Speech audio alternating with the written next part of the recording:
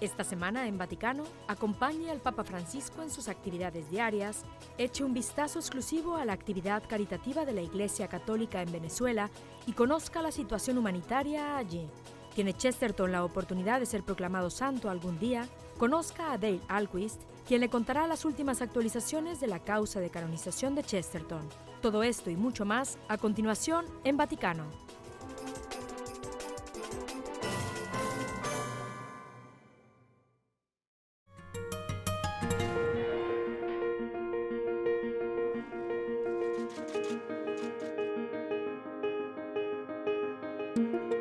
La última semana de marzo ha sido una de las más ocupadas para el Santo Padre. La semana comenzó en la ciudad de Loreto, donde el Papa celebró la solemnidad de la Anunciación en la Basílica de la Santa Casa, que guarda la reliquia de la llamada Santa Casa de María.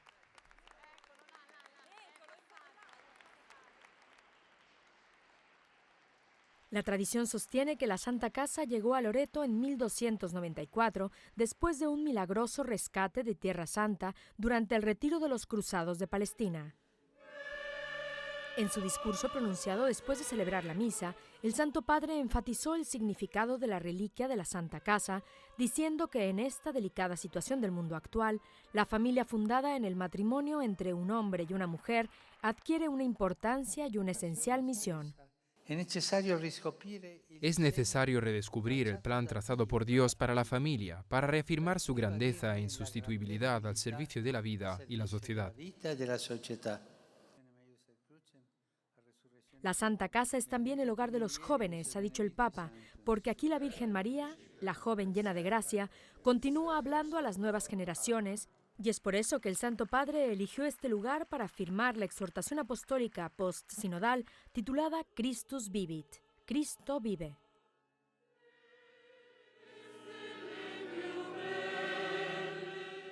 La exhortación reflexiona sobre los 3 temas clave que se discutieron durante el Sínodo de 2018 sobre la juventud: escuchar la palabra de Dios, el discernimiento y la decisión. Esta exhortación apostólica ha concluido el periodo de 2 años del enfoque intensivo de la Iglesia en los jóvenes. Al día siguiente, el Papa Francisco realizó una visita inesperada a la Pontificia Universidad Lateranense, donde dirigió la meditación de Cuaresma, una cita que el Ateneo Pontificio organiza todos los años para la comunidad académica. El Papa Francisco llamó a los estudiantes a una revolución cultural para contrarrestar el individualismo en crecimiento y recordó que siempre pusieran a Jesús en el centro, porque Él es el antídoto del individualismo.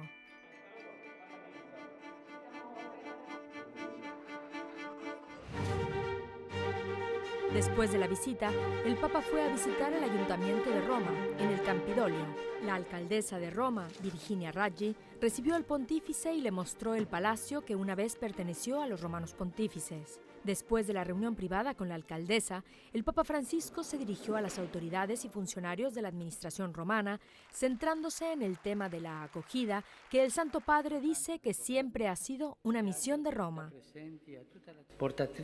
Comporta una misión y un ideal que debemos alcanzar, el hecho de superar las montañas y los mares y compartirlo con todos, cercanos y lejanos, independientemente de a qué personas pertenecen, del idioma que hablen y del color que sea su piel.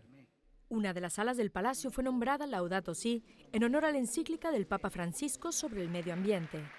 La alcaldesa anunció también una beca en honor de la encíclica. El Papa Francisco se ha convertido en el 4º pontífice en visitar el Ayuntamiento de Roma.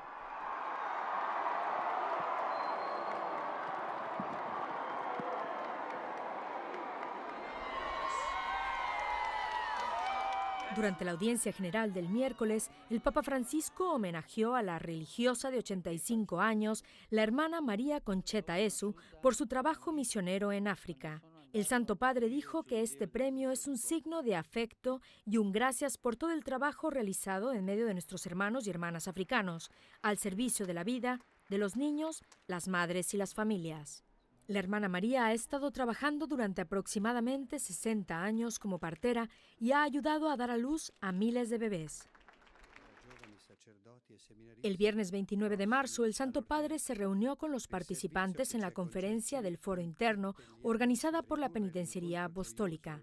Alrededor de 700 jóvenes sacerdotes y seminaristas se reunieron para esta edición de la conferencia sobre el Foro Interno para conocer las secciones de Derecho Canónico sobre la confesión. Durante su discurso, el Santo Padre reflexionó sobre la importancia del secreto de la confesión, aunque no siempre sea entendido por la mentalidad moderna. El sello sacramental es indispensable y ningún poder humano tiene ni puede reclamar jurisdicción sobre él.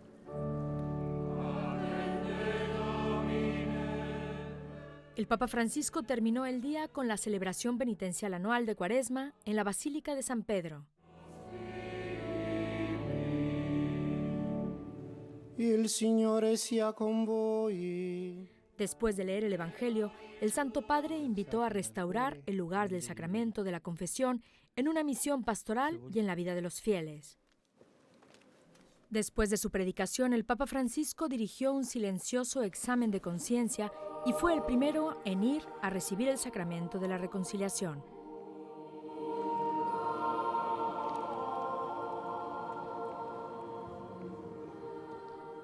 Al terminar la semana, el Santo Padre realizó su viaje apostólico a Marruecos.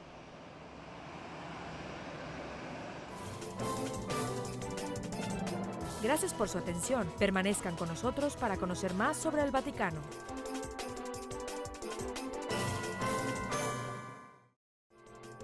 Bienvenido. Está usted viendo Vaticano.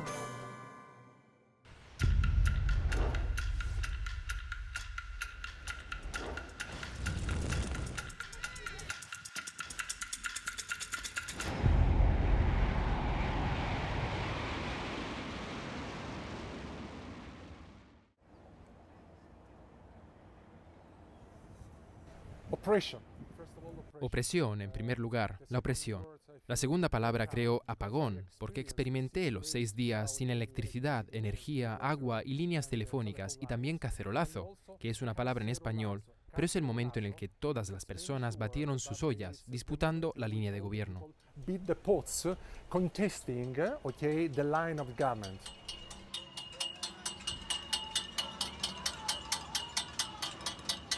Ci sono adesso delle urla contro Maduro. È incredibile, questa è la Guaira, attaccata a Caracas, siamo a 20 km. Sentite le urla.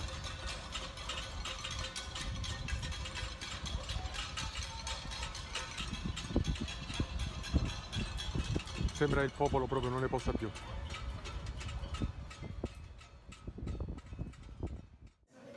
Fai ancora, Alessandro.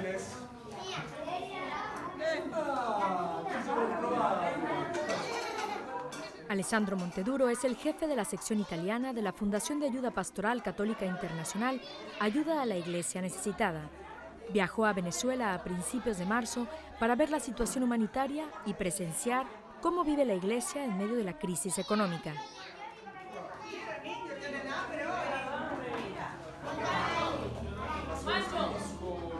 Fate questa pentola solidale, la fate da tanto tempo. Per quale ragione adesso è necessario anche aumentare il ritmo delle pentole solidali? Perché manca l'alimentazione soprattutto per i bambini. Quindi noi sì, ogni 15 giorni facciamo questa per un gruppo grande, però tutti i giorni diamo da mangiare circa 50-55 bambini. Unbelievable. The love of the church by Sister Patrizia, by Padre Alfredo, Father Alfredo, Father Martin. Increíble, increíble. El amor de la iglesia por la hermana Patricia, por el Padre Alfredo, el Padre Martin. El amor de la iglesia porque en los últimos años, hermanas, sacerdotes, toda la iglesia no solo se está ocupando de la actividad pastoral, sino ante todo del enfoque humanitario y por lo tanto, sin la iglesia, el pueblo venezolano no podría vivir. For the most of the Venezuelan people now, shouldn't be possible to live. Bienvenidos. Vamos a hacer una pequeña oración para pedirle a Dios, para darle gracias a Dios y pedirle que siempre nos provea lo necesario para comer. En el nombre del Padre, del Hijo y del Espíritu Santo. Amén.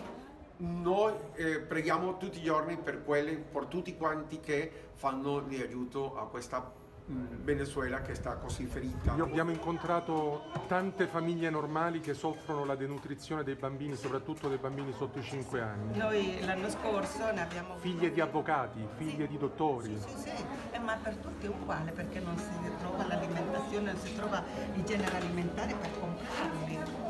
Quindi la gente vive qui con una borsa al mese che il governo le facilita, che poi pasta 2 kg di riso, 2 kg di pasta, 1 chilo di fagioli neri, 1 chilo di zucchero, e in un mese come fa una famiglia con 4, 5, 6 figli?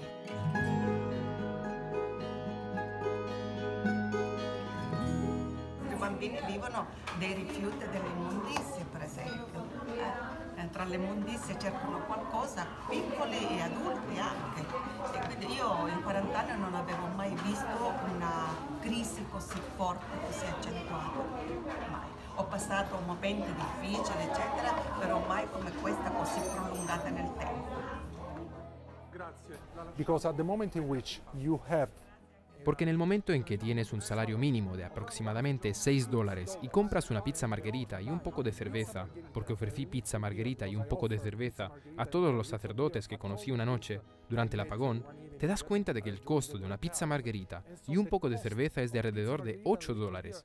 Recuerde, $6 del salario por un mes y $8 solo pizza margherita. Y se puede entender que es imposible para todas estas personas vivir. pizza margherita, you can understand like isn't possible for all the people to live. Ogni giorno la popolazione soffre moltissimo per la mancanza di tutto quello che è necessario per la vita e soprattutto per questa fiducia che dobbiamo avere nelle poteri dello Stato, che sono soltanto per servire al governo e non alle necessità della popolazione. Cardinal is living, experiencing now his life in Caracas like a normal person. El cardenal está viviendo y experimentando ahora su vida como una persona normal, cuidando sobre de los fieles en, debo decir, un sencillo apartamento. Obviamente era imposible pensar en el lujo, y la forma en la que los cardenales, obispos, sacerdotes, seminaristas se están acercando a la gente, cuidando de los fieles, es maravilloso.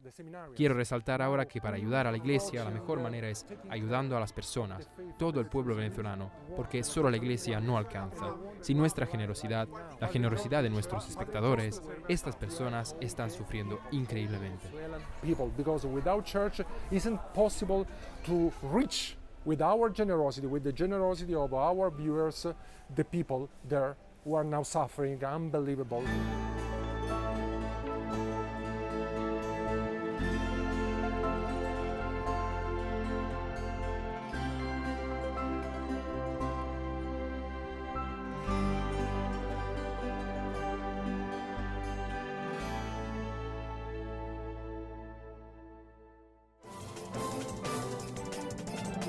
Quédese con nosotros. En unos momentos más, Dale Alquist le contará más sobre Chesterton y sus posibilidades para la santidad.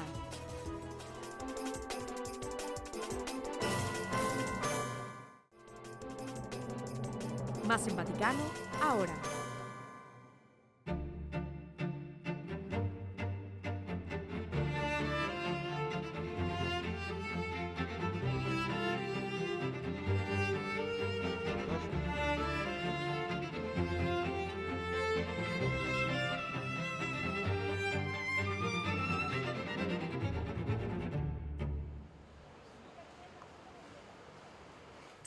Hola, tenemos el gran placer de entrevistar a Dale Alquist, presidente de la Sociedad Americana de Chesterton.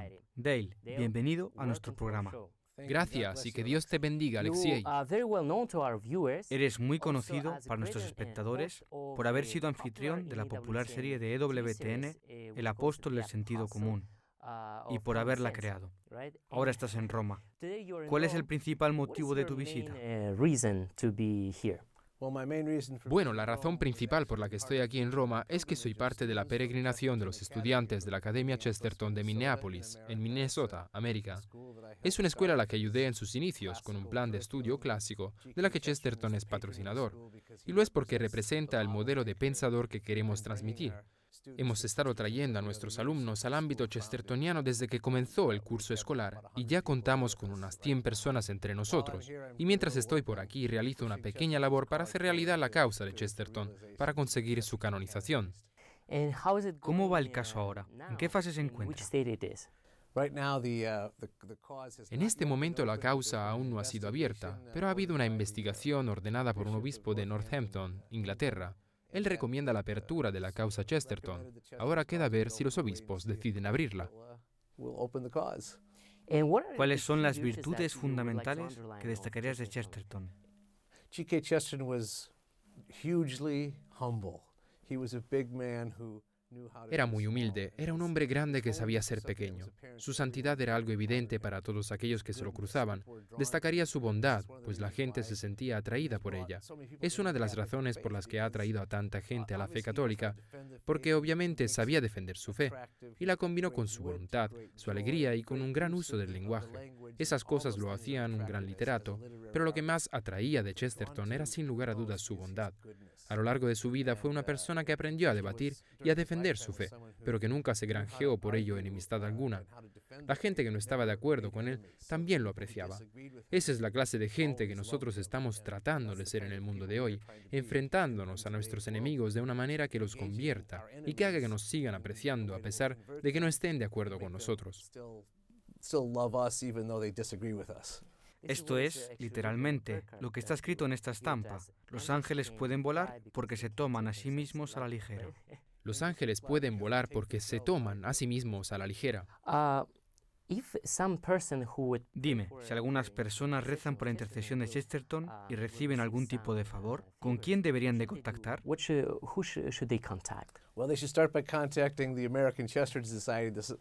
Bueno, deberían comenzar por ponerse en contacto con la Sociedad Americana de Chesterton, de la que soy presidente, o con la Sociedad de Gilbert Keith Chesterton, pues somos quienes se encargan de la causa del escritor.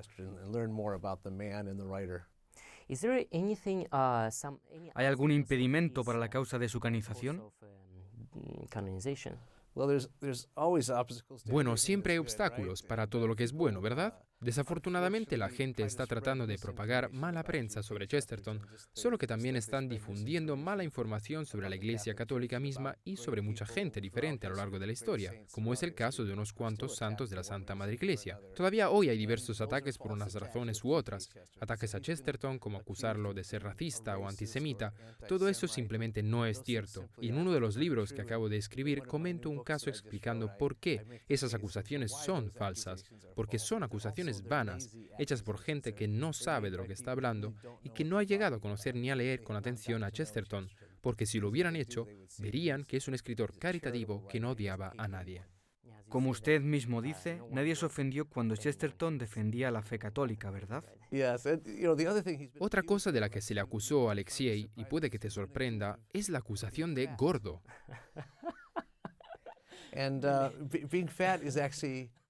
Ser gordo en realidad no es un pecado.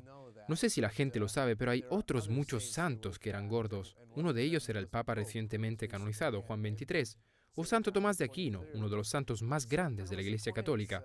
Era gordo, y Chesterton sufría de la misma grandeza, y no porque fuera un glotón. Diría que eso es lo que queremos transmitir, que no era un glotón. Tal vez también porque era gordo y no un religioso consagrado. A veces da la sensación de que si tienes una gran comunidad religiosa apoyando a su candidato, la causa se mueve más rápido. ¿Es este el caso de Chesterton? Claro, sin lugar a dudas. Es una buena consideración. Chesterton es un laico y es más difícil para un laico ser canonizado porque no hay una orden religiosa detrás del trabajo que se hace para conseguir que alguien sea canonizado. En parte es por esto por lo que hemos creado una orden laica como la Sociedad de G.K Chesterton. Continuaremos luchando por su causa, sabiendo que implica mucho trabajo conseguir que alguien sea canonizado. También se requiere un milagro para la beatificación. ¿Hay alguno? Permíteme recordar aquí que el milagro es el último paso. El primer paso es que se abra la causa y se nombre un postulador. Ellos tienen que hacer toda la investigación y luego trasladan el caso a la congregación de los santos que decide a quienes declararán candidatos venerables. Solo entonces necesitan. Un milagro es un voto del cielo otorgado a personas que han rezado por la intercesión de Chesterton y a las que se les ha concedido algo muy espectacular. Aunque ya las hay, no puedo deciros cuáles son esas cosas en este momento. Algún día oiréis hablar de ellas. Preguntémoslo de esta manera. Si alguien quiere orar por la intercesión de Chesterton, ¿en qué área particular podríamos concentrarnos? Una gran pregunta. Chesterton y su amada esposa Francis, a la que creo que también habría que canonizar, no podían tener hijos debido a un problema biológico que ella padecía. Muchas parejas católicas han rezado a Gilbert y a Francis Chesterton para poder concebir en caso de tener dificultades para tener hijos, y ahí se han atendido las intenciones de esas oraciones.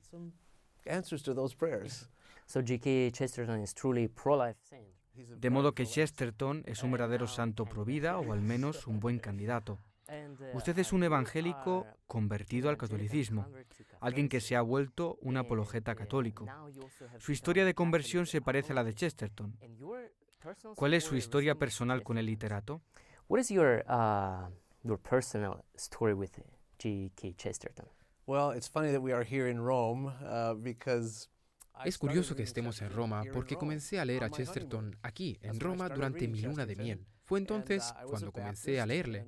Yo era baptista y en realidad fue él que me cautivó para la fe católica. Esto que te cuento no lo sabía en aquel momento, pero cuanto más leía a este maravilloso escritor inglés con tanta influencia en C.S. Lewis, menos me interesaba Lewis. Creo que por eso comencé a leer a Chesterton. Me di cuenta de que él estaba yendo más y más lejos, de que era un escritor muy profundo. No me cansaba de Chesterton, y al final me fui dando cuenta de que yo mismo me estaba convirtiendo en católico, de que mis objeciones protestantes a la fe estaban llegando a su fin. Fue Chesterton quien me atrajo lentamente a las puertas de la Iglesia Católica.